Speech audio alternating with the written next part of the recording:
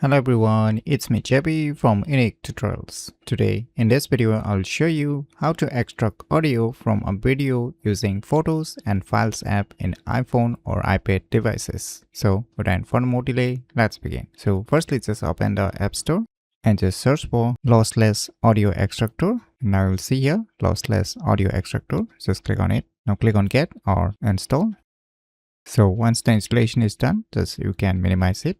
Now, firstly, open the Photos application and now select your respective video from where you want to extract the audio. Just tap and hold on it. Now, you'll see here, share option. Just click on it. Now, just scroll down below. Now, you'll see here, extract audio. Just click on it. Now, just click on the share option.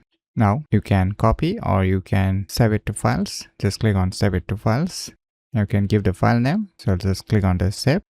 Finally, we have extracted and being saved in the Files application. So this is how you can do on your Photos application. And now just open the Files application.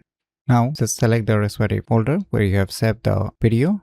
So now say this is the video from where I want to extract the audio file. So just tap and hold on it. Now click on the share option. Click on this more option. Now you can see below extract audio. Just click on it. Now click on share. Now you can copy or you can save to files. Now click on save.